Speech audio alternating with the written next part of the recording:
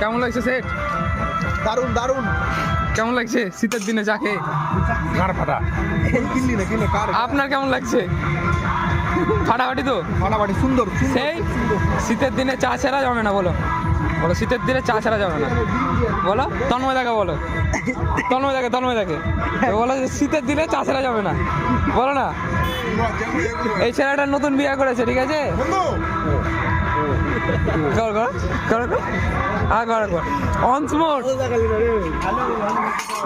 Sir আপনার চা খেয়ে কেমন লাগছে? ফ্যান্টাস্টিক না? ফাটাফাটি।